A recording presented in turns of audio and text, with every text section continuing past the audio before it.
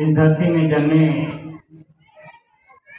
सभी बुद्धों, सभी सिद्धों, सभी नाथों, सभी संतों, सभी महंतों, सभी गुरुओं और महापुरुषों को सादर नमन करते हुए, जिसमें सर्वप्रथम महामानव गौतम बुद्ध जी, संत माता कर्मा जी, संत कबीर साहेब, संत रविदास जी, नवा जागरण नवा बिहान और सबो बनो सियान का नारा देने वाले गुलाम भारत में अपने बेटे बालक दास जी को 26 जनवरी 1850 को राजा बनाने वाले परम पूज्य बाबा गुरु घासीदास जी, शिक्षा के ज्योत जलाने वाले ज्योतिबा फुले पटेल साहब, आरक्षण के जनक छत्रपति साहू जी कुर्मी महाराज, स्वच्छ भारत के जनक संत गाडगे बाबा, जल जंगल जमीन के लिए लड़ने वाले बिरसा मुंडा जी, सतनाम आंदोलन में बाबा गुरु घासीदास जी को सहयोग करने वाले क्रांतिकारी सोना खान के जमींदार राम राय जी, वीर नारायण सिंह जी और भारतीय संविधान के रचयिता हम सबको सियान बनाने वाले, आजाद भारत में हमें नेतृत्व प्रदान करने वाले बाबा साहब डॉक्टर भीमराव अंबेडकर जी और बहुजन नायक मान्यवर कांशीराम साहब को श्रद्धा सुमन अर्पित करते हुए आज के इस कार्यक्रम में उपस्थित हमारे इस समिति के बालको समाज के सभी वरिष्ठ जन, जिसमें हमारे जेपी पात्रे साहब पूर्व अध्यक्ष सतनाम कल्याण समिति बालको, बहुजन आंदोलन के हमारे प्रमुख सम्मानित सीआर धीरी साहब, अंजूरी लाल आनंद साहब, शकुंतला मीरे जी, टी.एल. रात्रे जी, उपस्थित सभी माता बहनों और सम्मानीय पुरुषोत्तम कक्ष साहब, आप सभी को सादर जय सतनाम, जय भीम। यह आज का कार्यक्रम प्रदेश स्तरीय नवा जागरण नवा बिहान और सबो बनो सियान दिवस ब्रैकेट में गणतंत्र दिवस, यह प्रदेश का पहला कार्यक्रम है और पहला कार्यक्रम होने के नाते इस शब्द को लोग अभी जानते नहीं हैं, या व्हाट्सएप या फेसबुक के माध्यम से हम लोग कई साल से टाइटल को चला रहे हैं तो सुने हैं और जानते हैं। तो ये जो नवा जागरण नवा बिहान और सबो बनो सियान, तो सियान का मतलब आप सब जानते हैं, जैसे घर का सियान वैसे समाज का सियान, गांव शहर प्रदेश जिला देश का सियान होता है। तो उसी प्रकार ये जो आंदोलन है सियान बनने का, तो हमारे संतों गुरु महापुरुषों ने इस आंदोलन को चलाया और चलाने के बाद 1850 में बाबा गुरु घासीदास जी ने अपने द्वितीय बेटे बालक दास जी को राजा बना के समाज के सामने पेश किए और बोले कि ऐसा सियान चाहिए समाज में, ऐसा गुरु गद्दी का निर्माण करिए। गुरु मतलब सम्मानी और गद्दी मतलब गद्दी में बैठने वाला सम्मानी व्यक्ति का निर्माण करना है, ऐसा बाबा गुरु घासीदास जी का कहना था। तो ये जो आंदोलन है सतनाम आंदोलन में सियान बनने का, ये बाबा गुरु घासीदास जो 18 दिसंबर सन 1756 में जन्म लिए, आप सब जानते हैं। तो कुछ मैं तारीखों को आपको बताऊंगा कि किन किन तारीखों में कैसा कैसा घटनाक्रम हुआ है, जिसके बदौलत आज आप और हम यहाँ पर उपस्थित हैं। तो 18 दिसंबर सन 1756 बाबा गुरु घासीदास जी का जन्म गिरिपथ, जिसको आज वर्तमान में गिरौदपुरी बोलते हैं, यहाँ से वो जन्म लिए और जन्म लेने के बाद 1820 में सतनाम आंदोलन को चालू करते हैं, जिसमें संघर्ष, समन्वय और सिद्धांत 3 शब्द देते हैं। पहले संघर्ष करते हैं, फिर समन्वय बनाते हैं, फिर सतनाम के सिद्धांत को लागू करते हैं। ऐसा गुरु घासीदास जी का आंदोलन है। 18 दिसंबर 1756 में जन्म लिए। 23 जून 1857 को पलासी का पहला युद्ध पश्चिम बंगाल के पलासी नामक स्थान पे हुआ, जिसमें सिराजुद्दौला हारा गया और अंग्रेज जीत गए। उस युद्ध में पश्चिम बंगाल के जो नमोसूत्राय लोग थे, उस समय के अनटचेबल अछूत लोग, उस संघर्ष में अंग्रेजों की तरफ से लड़े और सिराजुद्दौला हार गए। 1857 23 जून के बाद 1 जनवरी 1818 भीमा कोरे गांव का युद्ध होता है। व्हाट्सएप, फेसबुक, पेपर के माध्यम से आपको पता चलता है कि 1 जनवरी 1818 को भीमा कोरेगांव महाराष्ट्र में 500 महार और परिया जाति के लोग पेशवा जो थे उस पेशवाओं के 28,000 सैनिकों को मार डाले थे। मतलब एक सैनिक, हमारा एक सैनिक 56 पेशवा जो सैनिक थे उनको मार गिराए थे। तो 500 महार और परिया जाति के लोग 28,000 पेशवा सैनिकों को मार गिराए थे। ये जो 1 जनवरी 1818 का जो आक्रोश था समाज का, उन 500 महार और परिया लोगों का जो उस समय अछूत थे, अनटचेबल थे, डिप्रेस क्लास के लोग थे, इनको वहां का जो सेनापति है, राजा है, 500 लोगों को अपने सेना से निकाल के बाहर कर दिया था। बोला कि तुम लोग अछूत हो, तुमको मैं सेना में नहीं रखूंगा। निकाल के बाहर कर दिया और गले में मटकी और कमर में झाड़ू बंधवा दिया कि तुम लोग अछूत हो, गले में निकलोगे तो थूकोगे नहीं, गले में मटकी इसलिए बांधो क्योंकि थूकना हो तो गले में थूकना, और पैर के निशान को झाड़ू से साफ करते जाना। इस तरीके से उसने प्रतिबंध लगाया कि अछूत निकलेंगे नहीं, और निकलेंगे तो दोपहर 12 बजे के बाद निकलेंगे ताकि उनकी परेशानी दूसरे लोगों को ना पड़े। ऐसा आदेश था। इस आदेश पे पूरा उस समय का समाज आक्रोशित था और घुटन का जीवन जी रहा था। जैसे ही 1 जनवरी 1818 को अंग्रेजों के द्वारा उन महार और परिया जाति के सैनिकों को अपने तरफ शामिल किया गया कि आप हमारे तरफ से लड़िए, तब उस आक्रोश का बदला लेने के लिए इन लोगों ने अंग्रेजों के साथ से लड़ाई किए और 21 दिसंबर 1817 को चालू हुआ लड़ाई 1 जनवरी 1818 को खत्म हुआ। भीमा नदी के तट पे यह संघर्ष हुआ और जब 1 जनवरी 1818 को यह आंदोलन खत्म हुआ तो अंग्रेज जीते और पेशवा हारे। जीतने का खबर पूरे देश भर में फैला।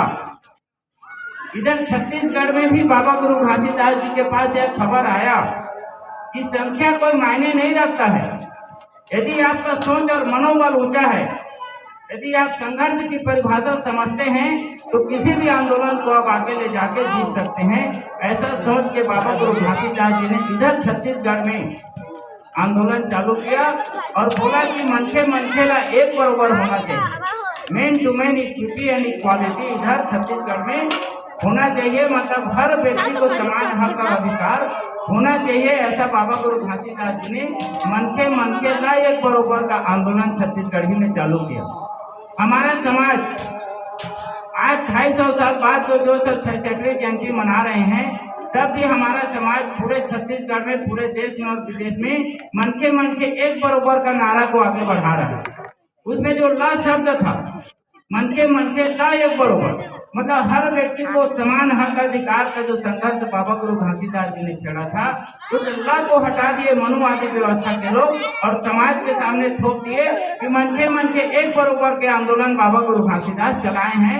मतलब सिर्फ और सिर्फ जाति पाति को खत्म करने का आंदोलन चलाए हैं, ऐसा हम लोगों को बोल दिया।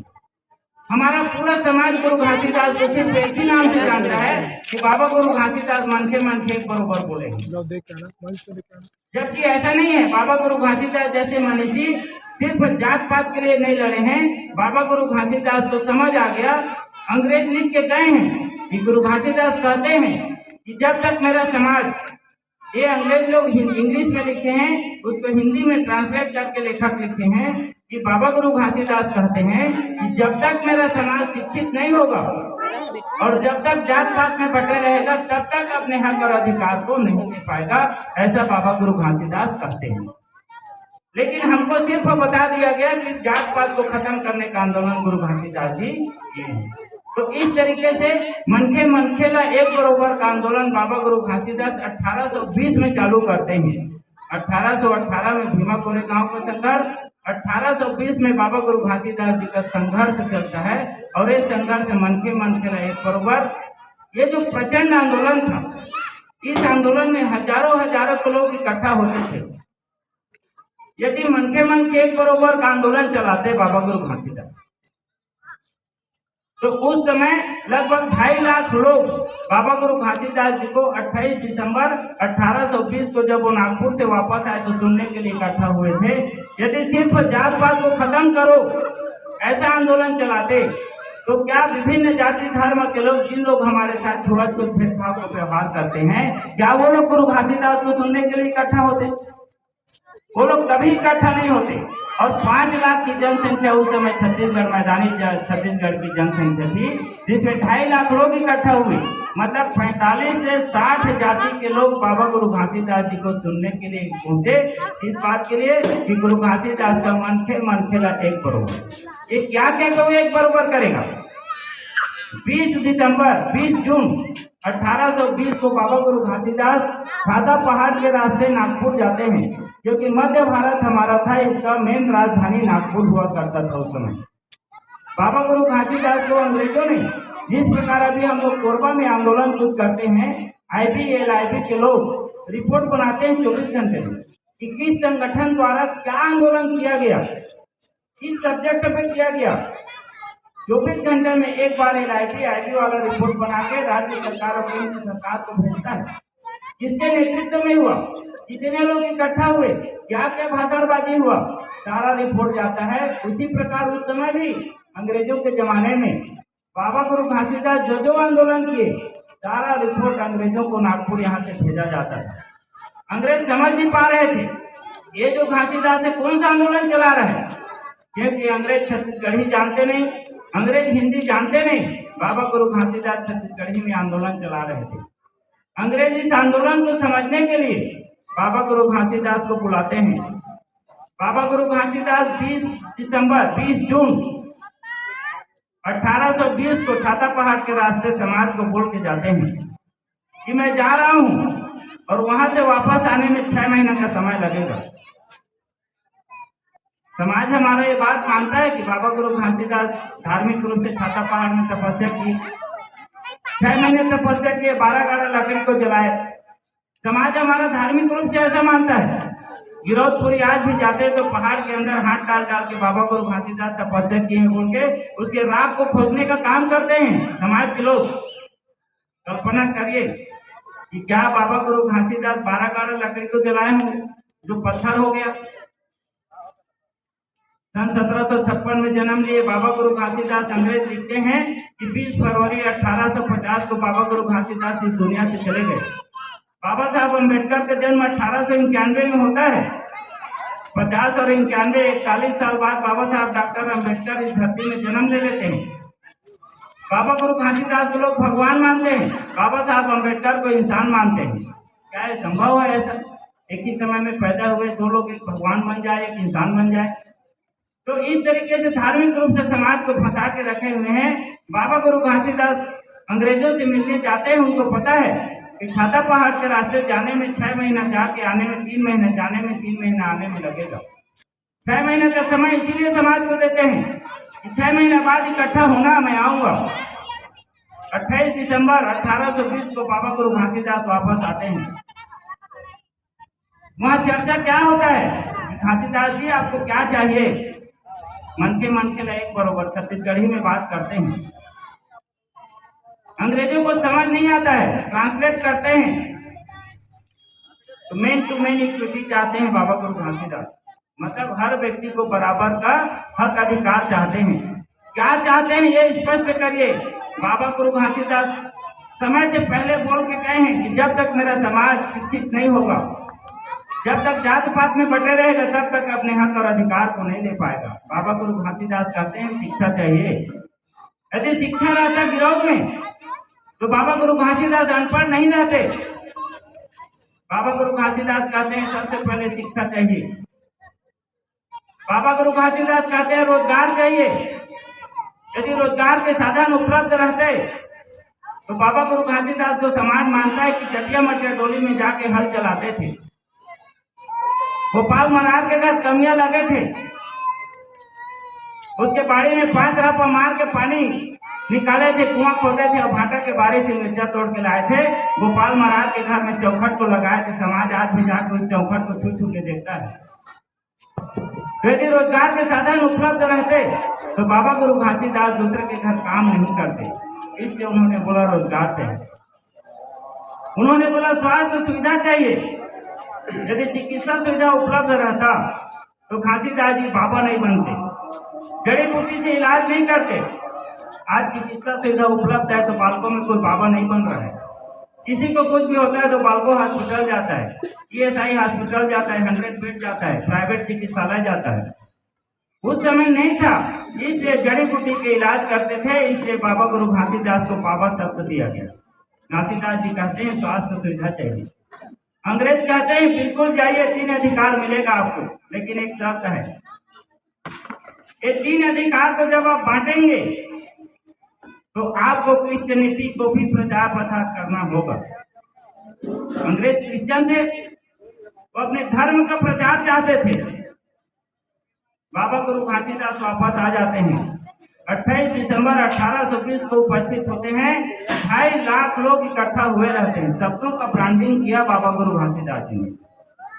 मन के ला एक बराबर शब्द का ब्रांडिंग किए कि आओ सबको एक बराबर दिलाऊंगा। तो उसमें सभी 45 से 60 जाति के लोग, तेली, कुर्मी, पटेल, धोबी, मरार, गाड़ा, घसिया, मेहता, ब्राह्मण, सारे लोग इकट्ठा होके नहीं भाई हमें भी चाहिए, हमें भी चाहिए, हमें भी चाहिए, हक अधिकार हमें भी चाहिए बोल के 2.5 लाख लोग इकट्ठा हुए। बाबा गुरु घासीदास कहते हैं कि मैं तुम्हारे लिए 3 अधिकार लेके आया हूँ, शिक्षा लाया हूँ, स्वास्थ्य लाया हूँ, रोजगार लाया हूँ, लेकिन ये 3 अधिकार तुमको तब मिलेंगे जब तुम मेरे 7 शर्त को मानोगे। पहला शर्त, मदिरा नहीं पियोगे। बाबा गुरु घासीदास को पता है कि लोग उस समय,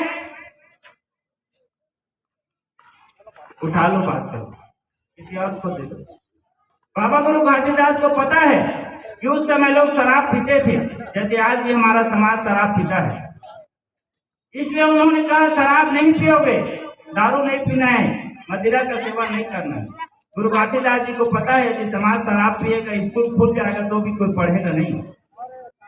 आज कोई बता दे यहाँ पर बैठा है जो 12वीं पास है या जो पढ़ रहा होगा, वो बोलेगा कि मैं दारू पी के 12वीं पास कर लूंगा। कोई कर सकता है ऐसा? कोई नहीं कर सकता। कोई बोलेगा दारू पी के मैं ग्रेजुएशन कर सकता हूँ, MSc कर सकता हूँ, इंजीनियरिंग मेडिकल कर सकता हूँ, कोई नहीं कर सकता। कोई बोलेगा शराब पी के मैं इंटरव्यू के टेबल में बैठ के नौकरी ले लूंगा, रोजगार ले लूंगा, किसी को रोजगार मिलने वाला नहीं है। इसलिए बाबा गुरु घासीदास चाहते थे ये जो समाज है, उपस्थित समाज है, शराब का सेवन न करे। दूसरा, मांस का सेवन नहीं करना है, क्योंकि जो शराब पीता है वही मांस खाता है, लगभग ऐसा तय है। तो मांस खाएगा तो जीव हत्या करेगा। बाबा गुरु घासीदास कहते हैं शराब का सेवन नहीं करना है, मांस का सेवन नहीं करना है, जीव हत्या बंद करो। तीसरा बोलते हैं संपूर्ण सामाजिकता, मतलब जाति पाति का व्यवहार नहीं करना है, भेदभाव, ऊंच नीच, छुआछूत, गैर बराबरी का व्यवहार नहीं करना है। चौथा बोलते हैं मंदिर में नहीं जाना है, मूर्ति पूजा का निषेध। मंदिरवा में कहा करे देवो अपन घट के ही देव मनेबो, मंदिर में नहीं जाना है। और अपने घट के देव को मनाने के लिए तन कर दिया साहेब मन कर बाती हो, तन रूपी दिया में मन रूपी बाती को जला के अपने घट के देव को मनाना है, मंदिरवा में नहीं जाना है, मूर्ति पूजा नहीं करना है। समाज उस समय ये सब करता था, आज भी लोग करते हैं, समाज आज भी नहीं सुधर रहा है। पांचवा बोलते हैं हल में गायों को नहीं जोतना है, महिला जाति का सम्मान करो। छठवां बोलते हैं दोपहर बाद हल नहीं चलाना है। और सातवां बोलते हैं सब काम का ध्यान करना है, सत्य बोलना है, क्योंकि समाज उस समय भी झूठ बोलता था, आज भी झूठ बोलते हैं लोग। बाबा गुरु घासीदास कहते हैं ये 7 शर्त है मेरा, तुम वचन दो। हमारे लोग कहते हैं बाबा गुरु घासीदास 7 वचन बोले हैं। 7 वचन गुरु घासीदास नहीं बोले हैं, बाबा गुरु घासीदास 7 शर्त बोले हैं। समाज के लोग उपस्थित होकर बाबा गुरु घासीदास को वचन दिए थे कि हाँ हम वचन देते हैं बाबा गुरु घासीदास, ये 7 शर्त को आपकी मानेंगे। हमारे और आपके पुरखे वहां खड़ा होकर वचन दिए, उन वचनों को आपको और हमको आज भी निभाने की जरूरत है। हो सकता है ये बालको कोरबा के हमारे पुरखे कोई उस समय 250 साल पहले वहां खड़े रहे होंगे, जिनके आप और हम कोई न कोई वंशज होंगे। तो आपको और हमको उस वचन को याद करना होगा, शराब का सेवन नहीं करना होगा, मांस मदिरा का सेवन नहीं करना है, झूठ नहीं बोलना है, मूर्ति पूजा का सख्त निषेध करना है, यदि बाबा गुरु घासीदास को आप मानते हैं। तो इस तरीके से समाज 2.5 लाख लोग उपस्थित हुए थे, जिसमें 45 से 60 जाति के लोग थे। उसमें सभी जाति धर्म के लोग उपस्थित थे। अंग्रेज ऐसा लिखते हैं। आप और हम नहीं जानते कि हमारे बाप दादा आज से 250 साल पहले किस जाति धर्म के लोग थे। मिसाल आया है 1929, 30, 28 से, तब से हम जानते हैं कि हम क्या हैं।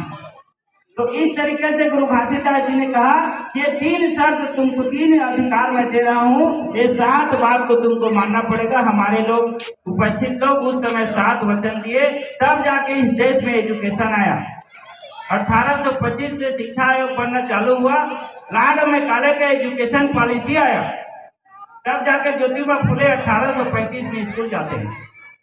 बाबा गुरु घासीदास जी ने रोजगार का जो बात किया था, 1870 के जनगणना में अंग्रेज लिखते हैं कि उस समय छत्तीसगढ़ में 6713 गांव थे।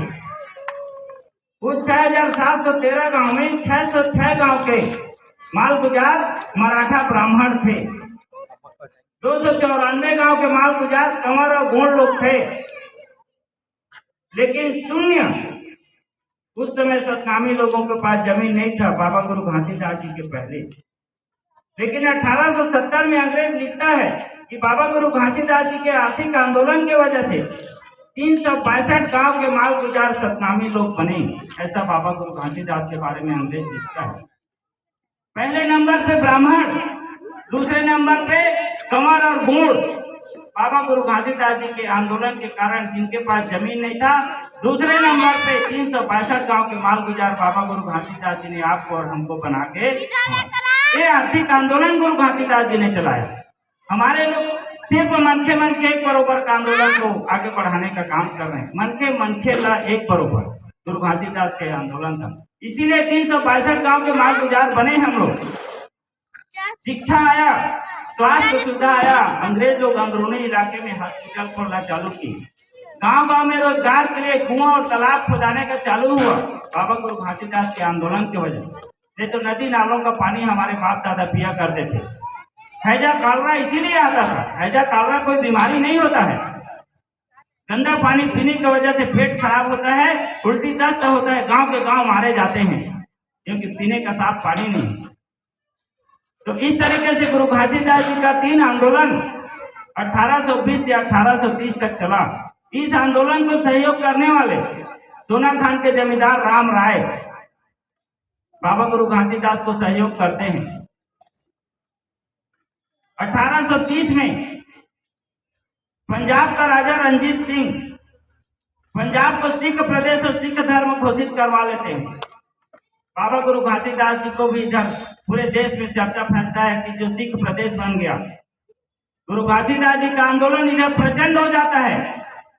घासीदास जी को लगता है कि जिस दिन इस प्रदेश के आधी आबादी के लोग ये 7 वचन को मान लेंगे, मेरा एक प्रेस कोर्ट में आ जाएंगे, सफेद वस्त्र पहन लेंगे, सादा विचार हो जाएगा, सादा जीवन विचार जिएंगे, तो मैं भी अंग्रेजों को पकड़ के छत्तीसगढ़ को सत्ताम प्रदेश और सत्ताम धर्म घोषित करा लूंगा। ऐसा गुरु घासीदास आंदोलन करते हैं।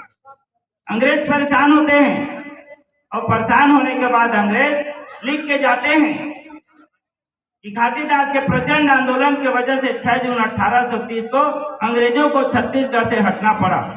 अंग्रेज लिख के गए हैं, मतलब 6 जून 1830 को घासीदास जी के कारण यह छत्तीसगढ़ स्वतंत्र हो गया था।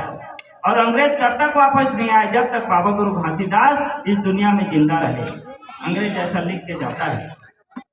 कितना महान आंदोलन 6 जून 1830 हमारे लिए। हम लोग पिछले साल अभी स्वतंत्रता दिवस, इसीलिए छत्तीसगढ़ स्वतंत्रता दिवस बालकों में मनाए हैं। आज ऐतिहासिक कार्यक्रम कर रहे हैं। 1830 में राम राय जी की मृत्यु हो जाती है। बाबा गुरु घासीदास 1831 से 1840 तक समन्वय बनाते हैं। विभिन्न जाति धर्म के लोगों को फिर इकट्ठा करते हैं और 1835 में वीर नारायण सिंह जी को सोना खान के जमींदार बनाते हैं। आदिवासी समाज में समन्वय बैठा देते हैं कि आदिवासी समाज भी सत्ताम आंदोलन में पूरा जुड़ जाएगा। मनुवादी लोग आज प्रचार क्या करते हैं कि घासीदास को मरवाने के लिए सोना खान का जो जमींदार था अपने काली मंदिर में ले गया था, घासीदास को मार दो। हाथी के सामने कुचलने के लिए घासीदास को लगा दिया था। ऐसा मनुवादी व्यवस्था के लोग आदिवासी समाज और हमको आपस में लड़ाने के लिए ऐसा कहानी करके समाज में फैला देते हैं, जबकि सोना खान के जमींदार गुरु घासीदास जी के सहयोगी रहते हैं। बाबा गुरु घासीदास के समन्वय बनाते हैं आदिवासी। अब सोना खान क्षेत्र में सतनाम आंदोलन को वीर नारायण सिंह आगे बढ़ाते हैं। साथ में बाबा गुरु घासीदास जी के द्वितीय बेटे बालक दास जी वीर नारायण सिंह जी के साथ में लग के सोना खान क्षेत्र में सतनाम आंदोलन बढ़ाते हैं। 1840 आते आते घासीदास जी मालिक मकबूजा कानून बनाते हैं कि जो जिस जमीन में काबिज है उस जमीन का उनको सरकारी पट्टा दिया जाए। मालिक मकबूजा कानून 1840 में बाबा गुरु घासीदास बनवाने में कामयाब हो जाते हैं। 1840 के बाद बाबा गुरु घासीदास जी का उम्र बढ़ते जाता है और देखते हैं कि ऐसे में काम नहीं बनेगा। गिरौदपुरी को छोड़ के भंडारपुरी जाते हैं। 1840 में भंडारपुरी पहुंचते हैं। भंडारपुरी के लोहारी काउंटिंग को पता चलता है कि घासीदास जी परिवार सहित आए हैं। तालाब के मेड़ से पैरघा के लाती है, खाना पीना खिलाती है, रात भर बाबा जी के भाषण को विचार को सुनती हैं और सुबह